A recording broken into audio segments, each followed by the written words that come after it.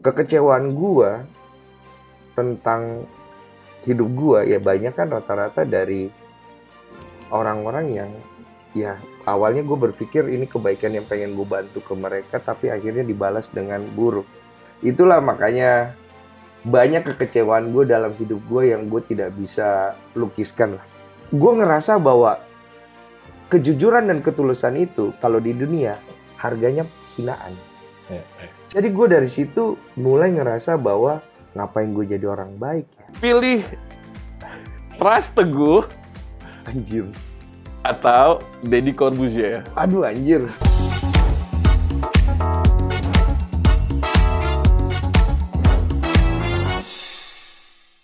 Hey guys, so welcome back di Mampir Bentar. Hari ini mungkin lu semua udah pada familiar dengan pintu ini ya. Aku penasaran sih gimana rasanya kalau misalkan Bang Robi itu take over studionya beliau. Ya pasti di balik pintu ini sudah banyak menghasilkan uang banget. Betul? Betul, oke. Doi adalah produser ya. Dia jadi kaya banget. Dari dulunya ini adalah rumahnya beliau bergabung dengan studio. Sekarang udah punya rumah sendiri lagi. Kalau nggak salah next mau beli rumah di Menteng apa? Ya, di Ya? Singapura, sama Korea Utara ya? Kayaknya Doi akan nge-podcast di sana. Kita udah nyampe di rumahnya Bang Dense di Mampir Bentar. Yuk kita masuk ya. Kokoh. Debt collector datang. Assalamualaikum. Ya. Pura-pura udah ketemu tadi. Wih dingin banget. Kok? Obi. Kan udah tadi udah gitu. Oh iya ketemu. udah ya. Udah ketemu ya. Udah ketemu Kokoh. Sehat Iya, kok? sehat, Bi. Aduh. Kok yuk masuk. Tete makin besar ya. Ini bukan tete, dada anjir. Udah ada ya. Kok Silakan, thank you silakan, loh Bi. buat Masuk. waktunya. Ingat, Iya. kita cuma punya waktu 30 menit. Enggak, Ayo, let's go. enggak. 5 menit lah. 5 menit. Oke, Ini jadi gue lagi bongkar-bongkar. Bentar lagi gue mau podcast soalnya. iya Koko ada podcast jam 12. Iya. Nah, ini nih studio yang Ini legend studionya. banget Tolong guys. nyalain lampu dong. Ini studio gue cuman Aduh. rumah doang, rumah biasa gini. Orang udah pada tahu lah. Gue tempatnya Oke. kecil gini, Bi. Nah, gue datang bukan buat lu. Woi. Ini. Takut kan? Kenapa? Ini ada anaknya, dia baru lahir. Tapi anaknya Oh, cuma pantas tadi satu. dia kesana. Siapa namanya yang baru lahir? Kuku. Ini belum dikasih nama, yang ini anaknya. Sini, nak. Hai sayang. Oh, ini Eh. calon brand ambassador lagi nih Kuku Enggak nih. dong. Jadi anaknya cuma satu. Ini Kaliko. Jadi dia 3 warna tapi cowok. Oh, iya susah banget dapetin. Biasanya sih bawa. Ah, Oh ya ah. enggak, maaf. Mamanya marah. Ini bapaknya mana kok? Bapaknya itu Sanji. Sanji itu ada di tempat lain. Tempat lain. Jadi kucing gua kok sebar kan rumah Ya. gua banyak kan. Iya kan? Sombong ya. Gua ngapain sholat. Gue mah bangga kok. Jadi Gue bangga banget. Jadi rumah gua beberapa gua taruh yang lain gitu. Nah, kebetulan yang beberapa doang kita taruh di sini yang memang udah agak gede. Nah, kemarin dia lahiran di sini karena di sono nggak ada yang jagain. Oke. Jadi dia lahiran di sini. Nah, anaknya cuma satu pas di USG, nggak ada lagi. Lucu banget, cuman Lucu biasanya banget. kucing tuh 4, 3. Iya. Ini cuma sebiji. Kok kenapa milih kucing buat peliharaan? Waktu bulu itu kesayangan? gue tuh sebenarnya dog lover. Hmm. Cuman waktu gue di kosan nggak boleh pelihara anjing. Iya. Terus gue sering nonton YouTube ada kucing Munchkin kakinya pendek. Pendek banget. Terus akhirnya Ci Oli pergi beli. Jadi bukan gue yang beli, Ci Oli beli supaya gue seneng kan. Nah, setelah Nami, Mhm. kemudian dibelilah Zoro. Ini Zoro. Zoro. Zoro. Jadi Zoro ini Gila. karena Nami sendirian, Mhm. dibeli Zoro ini buat nemenin. Nah, gara-gara akhirnya mereka berpasangan, mereka berketurunan jadi sampai 30-an. Itu semua anak real jadi asli. iya, jadi Zoro ini udah punya cucu, udah punya buyut malahan. Kalau kucing kan berkembangnya cepat. Iya. Ini dari semua anak Koko udah ada yang ditawar sama orang belum nih kok? Banyak sih dulu anak-anak Zoro tuh banyak yang pengen beli kan. Ada yang mau beli 15 juta, ada yang mau beli 20 juta. Wow. Ada yang juga BSH Munchkin. Iya. Aduh, cakep itu. Jadi di sini ada Persian Munchkin, ada BSH Munchkin, ada yang apa Munchkin. Nah, ini Nami nih. Ini dia. Aduh. Nah, Iya, dia pemalu. Kalau Nami ini Iya, pemalu. iya, ini anakmu. Maaf. Nami, Anaknya. salam kenal, Nak. Ini pemalu dia. Nami. Jadi kalau ada orang disuruh ngumpet. Koko ngerasa nggak kalau setelah punya kucing tuh kayak rezeki lu makin terbuka? Ada Ya, sih, boleh? ada sih Ya, faktor boleh sedikit, begitu. Dan lucunya rumah gue ini sebelum gue tinggalin waktu itu gue renov. Iya. Nah, pas lagi renov itu pas kita mau tinggalin ada kucing lahiran di pot bunga depan. Aha. itu ada sekitar 4-5 ekor anaknya. Oke. Terus habis dia lahiran dia tinggal pergi. Jadi mau nggak mau kan kita rawat dulu kan sementara. dititipin. Jadi habis kita rawat segala macam, ibunya baru datang. Anaknya diambilin satu-satu dibawa pergi. Jadi mungkin kalau istilahnya kayak dikasih rezeki gitu kan. Iya. Tapi apalagi namanya gue sih percaya nggak percaya lah ya. Buat gue rezeki tetap semuanya dari usaha manusia juga lah ya. Benar. Oh. Tapi memang bener sih, aku akui kok yang namanya kucing itu penglaris dan pesugihan halal ya. Ada bahasanya berlaris sama juga. Gua mau ke sono. take over studio lu boleh nggak? Boleh. Izin. Kita lihat Ya. Robi Purba bisa nggak jadi host di podcast Curhat Bang? Nggak jadi host di sini. Nanya-nanya gua ya. Boleh. Nggak, Gua mau sekalian. Karena gimana rasanya kalau Karena- jadi bintang tamu ya kok? belum banyak juga yang gerbek Iya kan? gua di sini. Kau pernah mengira nggak sudut ini bakal menghasilkan banyak pundi-pundi amal dan membantu pundi-pundi amal, pundi-pundi rezeki lu dan membantu banyak orang? Enggak. Pernah nggak kebayang? Nggak. Nggak pernah kebayang sebelumnya? Enggak. Gua awalnya bikin ini coba-coba banget. Oke. Terus habis itu pas dia dibuat jalan, gue agak takjub sih. Ya. Karena gue nggak ngerasa gue tuh bisa jadi host. Kedua gue Kan dari dulu juga host ya, Bang. nggak ngerasa sih, Bi. Maksudnya Iya. gue nggak peduli gue mau jadi apa. Yang penting gue bisa produktif dan gue bisa bertumbuh belajar gitu. Oke. Nah pas dia jalan, gue takjub. Terus Iya. kemudian dia menghasilkan. Itu gue lebih takjub lagi. Alhamdulillah. Cuman akhirnya gue ada konflik of interest jadinya. Mhm. Karena gue mikir kalau misalnya dia menghasilkan dengan tujuan awal gue adalah untuk memberikan wadah buat orang dalam istilah membantu. Iya. Akhirnya kan mana yang mau didahulukan nih? Hmm. Untung atau nolong? Nolong. Kan gitu kan? Iya. Jadi itu lumayan gue lama ngobrol sama Tuhan juga. Hmm. Jadi akhirnya gue sekarang lebih stabil karena akhirnya gue lebih mendahulukan tolong dulu. Oke.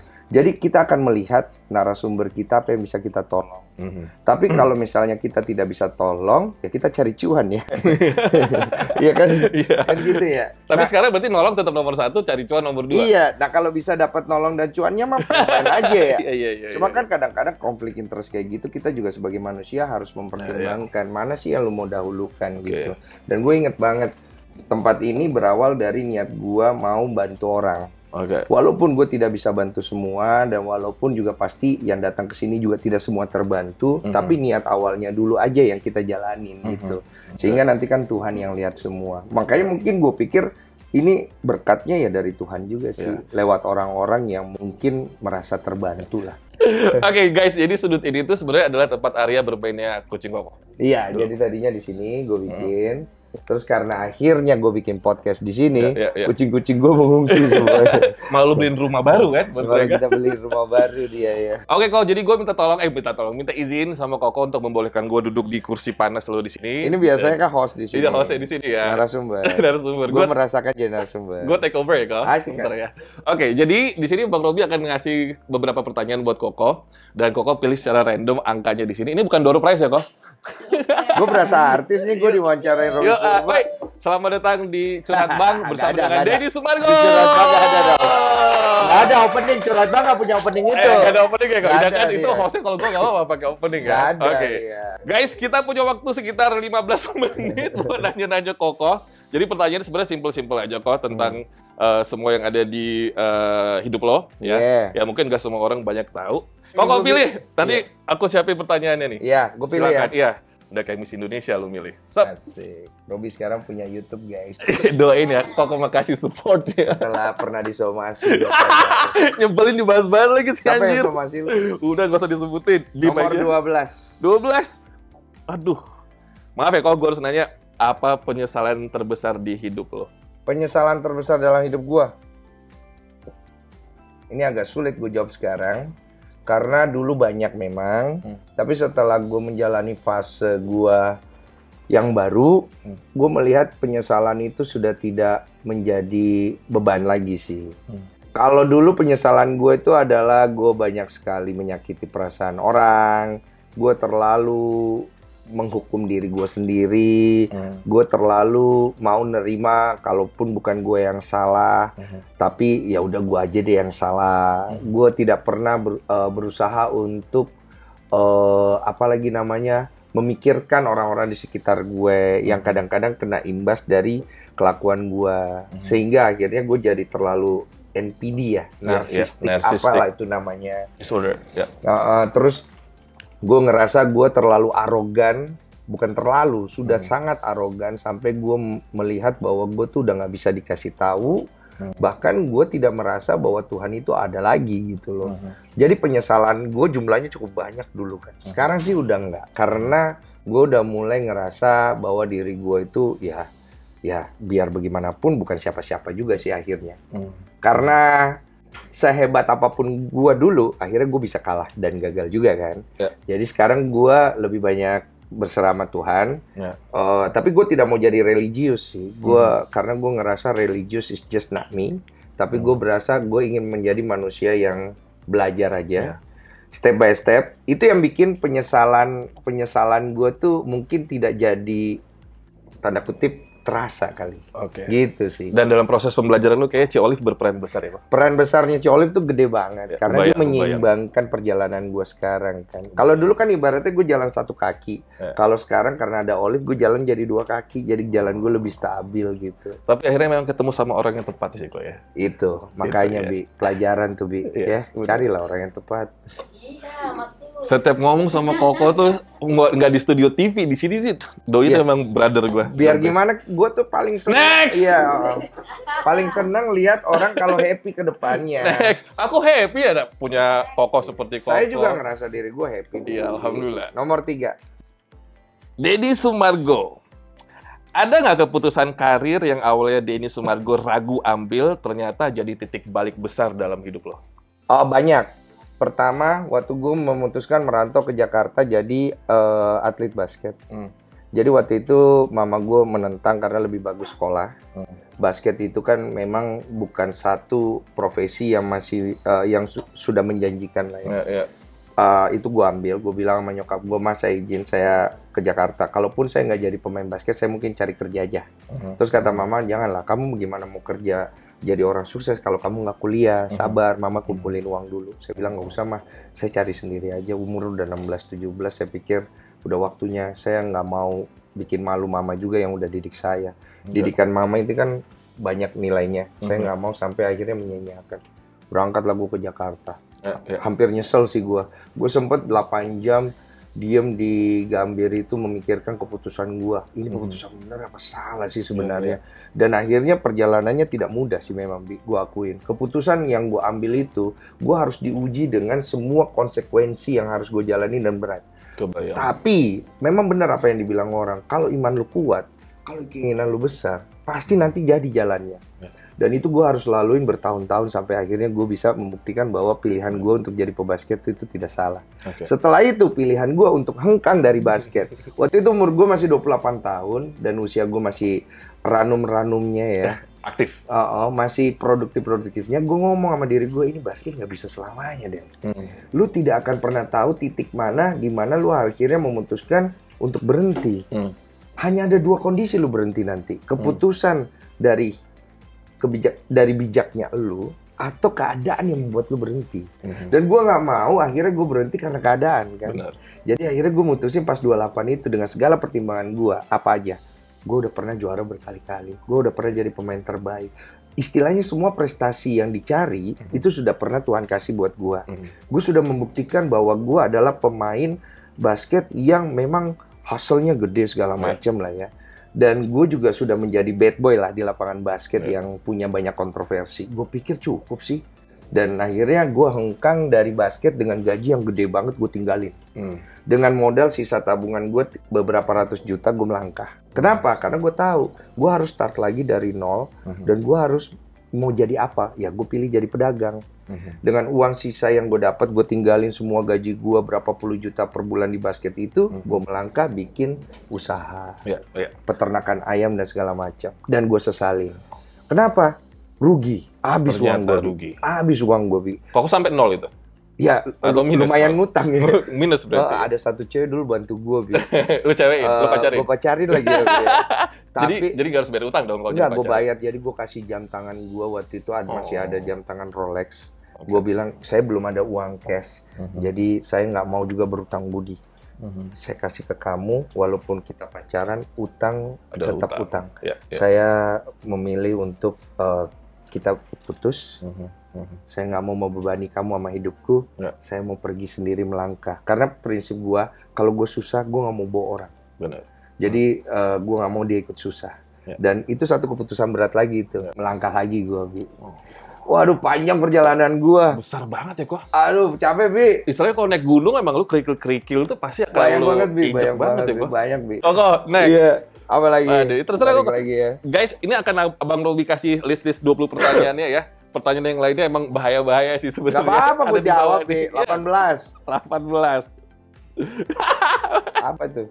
Aduh, Apa sih? mana ibu produser saya izin bertanya ini ya. Nggak Kalau apa-apa. kalau beliau nggak mau jawab nggak apa-apa. Gak apa-apa, Bi. Denny Sumargo, beneran kok di sini ada nih. Iya, iya. Pilih Pras Teguh Anjir. atau Deddy Corbuzier. Aduh, anjir. Beneran teman-teman bukan ada di sini, ada di sini. Kan ini pilih maksudnya entah sebagai Nggak ada partner, terms of what-nya. nggak ada terms of what-nya, nggak ada mungkin dari kontennya, dari personality-nya, itu serah kok. Wah, anjir. Susah lagi. Ini Koko yang ngambil bukan aku yang set. Ada di sini nih, listnya nih, Deddy ada di sini. Corbuzier atau Pras Teguh in terms of bisa apa aja gitu ya. Iya, apa aja. Berat lagi. Tadi kata Koko bisa apa aja gue jawab, apa aja gue jawab kata Koko. Kalau gue pribadi, gue sama-sama love both of them. Pasti. Karena sebagai seorang individu ya, gue bicara dari individu, Pras dan Om Deddy. Deddy itu sama-sama orang yang punya value tinggi. Ya. Tapi kalau kita berangkat dari proses dan waktu, Deddy unggul. Ya. Karena Deddy sudah melewati lebih banyak dari Pras Teguh kan. Ya, ya. Jadi I will go with Deddy Corbuzier lah. Oh, Jawaban gue cukup fair lah ya. fair, Dan sangat aman ya. aman. Soalnya ada yang kasih semapur. Iya, iya. Oh, Lagi dong, lagi kok, sikat. Penonton setuju lagi. Tepuk tangan buat Koko dulu dong. 15. Yang Yes. susah-susah dong. Siapin ya. Wah, ini pas banget sama sesuai sama kontenku nih kok. Oke. Denny Sumargo ceritain pengalaman horor atau mistis ketika syuting My Trip, My Adventure My atau Trip, My film Adventure. Koko atau 5 cm. 5 cm. Terserah Koko, ada pengalaman mistis nggak? Sikat kok. 5 cm ada gue pengalaman horor di gunung itu. Jadi waktu itu Maaf kok, gunung apa kok? Gunung Semeru. Oke. Jadi waktu itu sebenarnya terjadinya di orang-orang di sekitar gua. Guanya tidak mengalami langsung. Tapi itu cukup ganggu kan? Karena ada yang malam-malam dia tidur nih di tempat dia istirahat ini. Tiba-tiba dia ketemu ibu-ibu. Ibu-ibu itu nyamperin dia gitu kan. Ngobrol dong. Dia kan pikir ya porter gitu atau kru kan ya. Ngobrol, ternyata pas dia bangun besok dia cerita ke teman-teman, nggak ada yang kenal ibu-ibu itu. Porter di sana ngomong kalau itu ibu yang pernah meninggal, makamnya ada di dekat situ. Nah akhirnya kan pergi ke makam yang dekat situ, beneran ada, namanya juga ada. Jadi ibu itu kalau nggak salah dulu pendaki atau apa gitu, gue lupa, meninggal, akhirnya dikuburkannya di situ. Itu satu. Yang kedua, kita lagi ngumpul di Api Unggun. Nah, di Api Unggun itu kan di foto-foto BTS dong ya, Wak, ya. Tiba-tiba yang foto BTS nyamperin kita. Kan rame kan? Dia nggak ngomong apa-apa, dia cuman ngegeser foto kameranya. Kan ada monitor kecilnya. Di zoom kan, dilihat mukanya gitu kan, geser ke gua. Gua kan notice kan, kenapa sih? Gue lihat, gue geser juga, cabutlah satu-satu kan. Jadi di tempat kita ngumpul kan itu kan langsung difoto ya, jadi nggak bisa diedit dong Pak. Iya. Di atas kita itu kan ada asap ya, asap Api Unggun. Itu ada kuntilanak. Dua kuntilanak cewek, mukanya kelihatan jelas, matanya kelihatan jelas, badannya dia kecampur dengan asap. Jadi dia kayak terbang gitu. Gitu loh. Ya, kita kan ngelihat geser cabut dong. Geser cabut, akhirnya kosong Api Unggun, gak ada orang. Bilang semua aja. Besok baru diobrolin. Karena udah malam. Itu dicetak kok akhirnya? Dicetak nggak fotonya? Enggak sih, kayaknya nggak ada yang berani sih, Wak.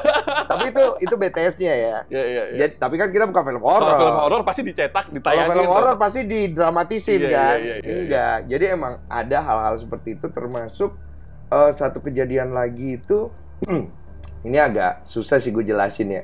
Karena waktu itu dibilang jangan mandi di mana?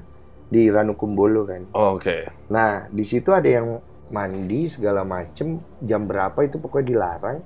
Terus dia ketemu sama orang yang pernah mati di situ.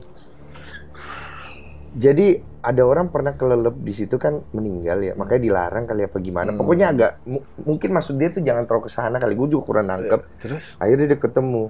Dia itu meriang kesurupan berkali-kali sampai akhirnya dibawa turun ke bawah. dia ngeliat ada yang Nggak bisa ketolong. Maksudnya kondisinya dia susmanya orangnya hidup. berarti oke. Tapi dia nggak bisa ketolong di atas itu, jadi harus dibawa turun ke bawah. Itulah 3 hal di antara semua ya. Itu baru satu film deh. Iya. Belum pengalaman horor waktu gue bawa acara horor di Antv dulu kan. Dulu kan pernah bawa acara horor di Antv selama 2 tahun. Wah, banyaknya bi. Lo berarti punya sixth sense ya kah? Nggak, gue nggak punya sixth sense. Tapi ya, gue itu cuman kejebak ada di situ. Terus gue harus beradaptasi dengan semua kondisi. Ada yang gini, Bi, kita kan makhluk nalar ya. Kalau lihat orang kesurupan gitu kan nggak langsung percaya, Bi. Jadi kadang-kadang gua dengan nalar gua itu berhadapan dengan masalah. Kadang-kadang ada yang bohongan, kadang-kadang ada yang beneran. Jadi gua kadang-kadang bingung juga nih. Gua tuh pernah ada yang kesurupan di daerah Pelabuhan Ratu. Itu kan dia di tempat tidur, Bi. Oke, ini gue cerita dikit ya. Ini seru sih. Seru nih. Jadi ini indigo gua lah, orang-orang punya sixth sense. Tiba-tiba dia kesurupan, cewek nih, dia kesurupan, dia kayak macan. Terus gue ngeliat kan, dalam hati gue ngomong, tai bong. Ini true story. Si Koko. Tapi udahlah, gue ke belakang aja lah. Gue males kebutuhan konten lah. Gue nggak suka. Gitu Gue pokoknya tetapnya nggak suka aja kalau bombong. Ke belakang, awak minum, ngumpul lah orang rame karena dia di situ lumayan menarik perhatian dan ngoceh-ngoceh dalam bahasa yang tidak kita tahu. Bukan bahasa Sunda atau bahasa apa? Nggak ngerti, gue juga nggak paham. Terus habis itu, karena gue ngintip dari belakang aja gitu, dia nunjuk gitu. Gitu kan? Kan gue di belakang tuh. Nunjuknya ke arah gue. Tapi kan orang yang di depan menurut gue yang ditunjuk dong ya. Gue dorong lah kameramen gue itu. Panggil lu. Nah pas gue ngomong gitu, dia langsung gini. Oh, nyampe. Anda di sebelahnya. Oh, buset. Nah, kan gitu kan? Iya. Nah, gitu ke gua dong ya maksudnya ya. Sebelah, lu kali Den. Bukan lah. Gua gini. Ah, gitu. Ya, awak maju lah, awak, ya kan? Maju lah gua duduk. Karena dia di tempat tidur, jadi gua agak jongkok gitu kan, beginilah posisinya, mukanya di sini kan. Mendekat lagi. Ceng. Gitu kan? Udah nyampe situ, dia ke telinga gue gitu. Kayak gini. Pinjam dulu 100. Dia ngomong gitu? Enggak. Bercanda. Gue mau nanya sama lo. Lo pernah kelilipan ini nggak? Lo pernah kelilipan fishball? Bercanda. Ini terus story. Apa yang dia bisikin? Gue penasaran. Gue udah deg-degan. Penonton udah merinding pengen menanti.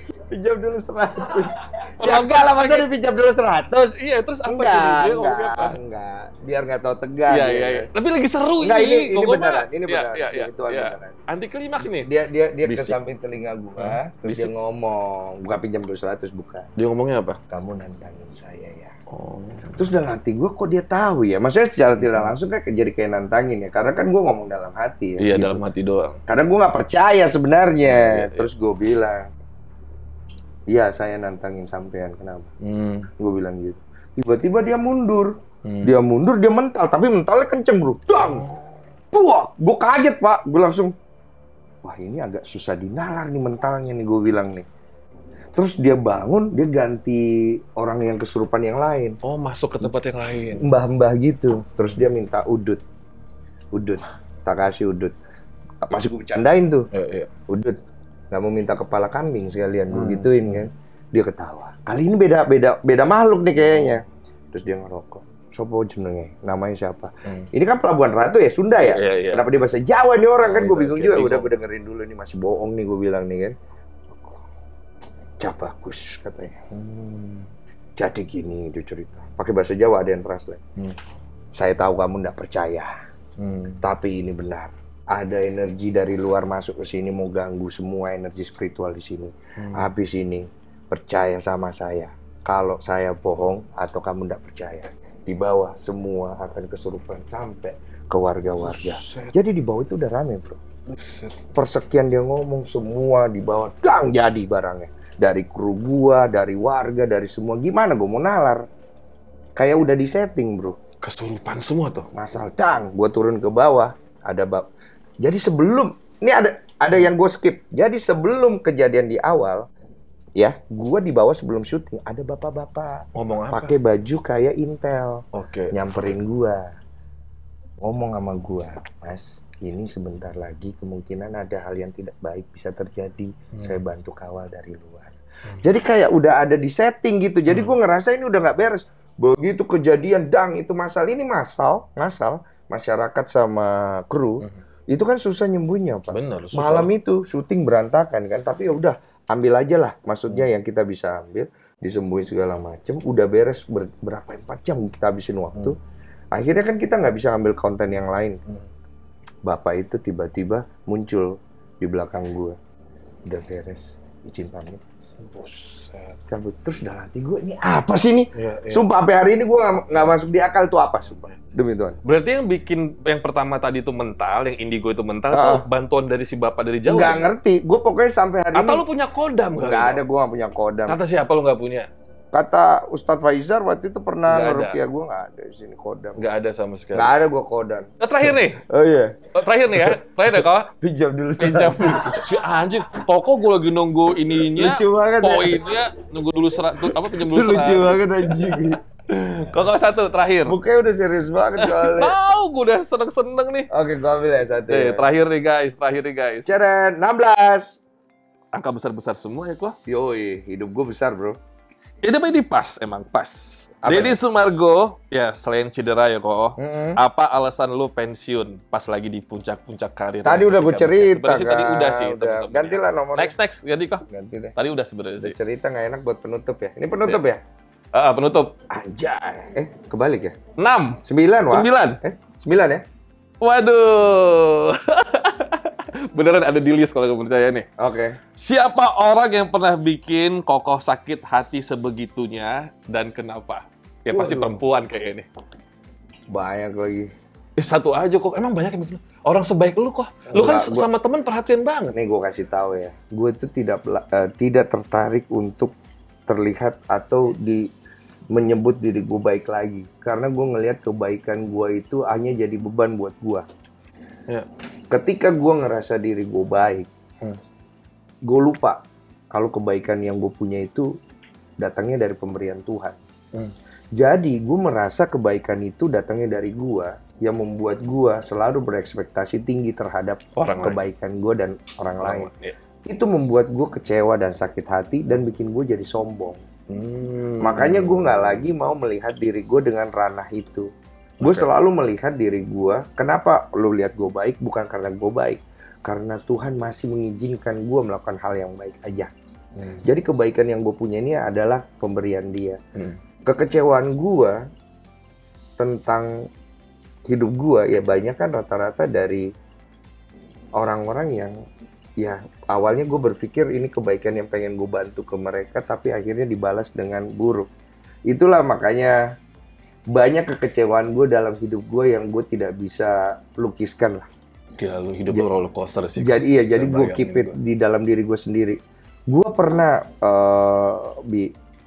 ngomong ke publik waktu gue dihujat dan gue dihakimi sama semua orang.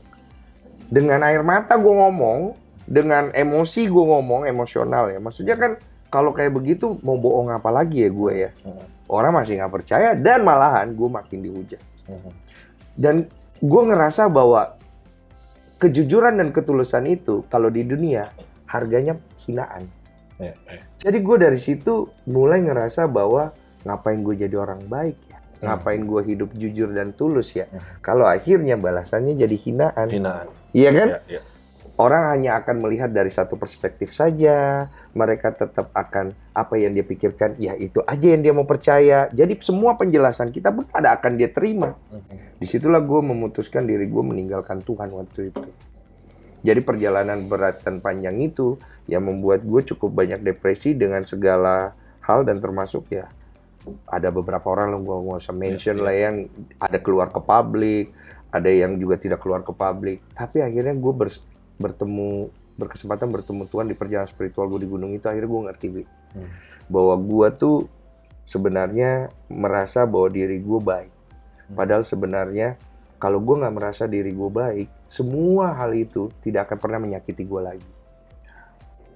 Kalau lu nggak merasa diri lu baik, tidak ada yang bisa nyakitin lu. Siapa yang bisa nyakitin lu coba?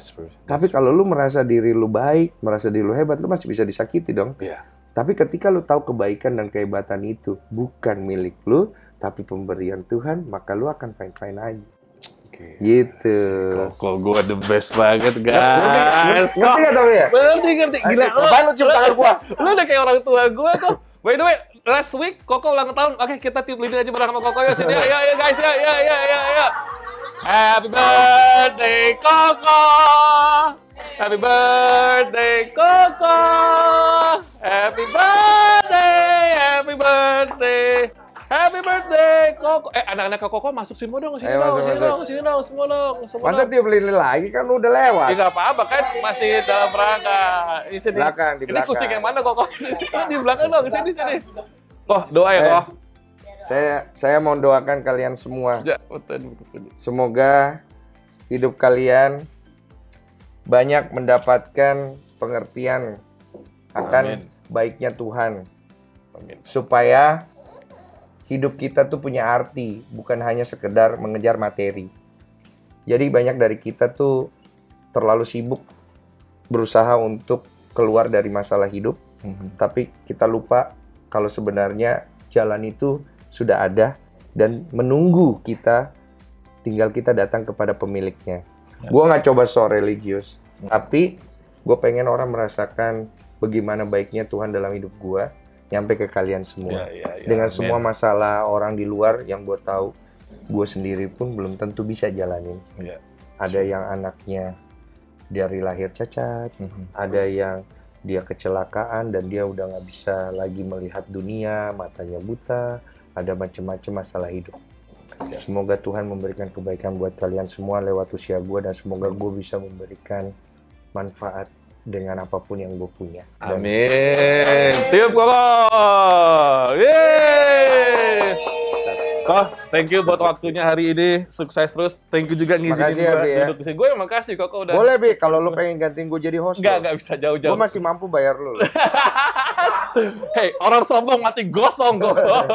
Guys, thank you for watching, dan doain Koko dan juga timnya selalu sehat biar bisa selalu menebar kebaikan kepada siapapun ya. Jangan lupa like, subscribe, dan comment. Dah, assalamualaikum. Dadah.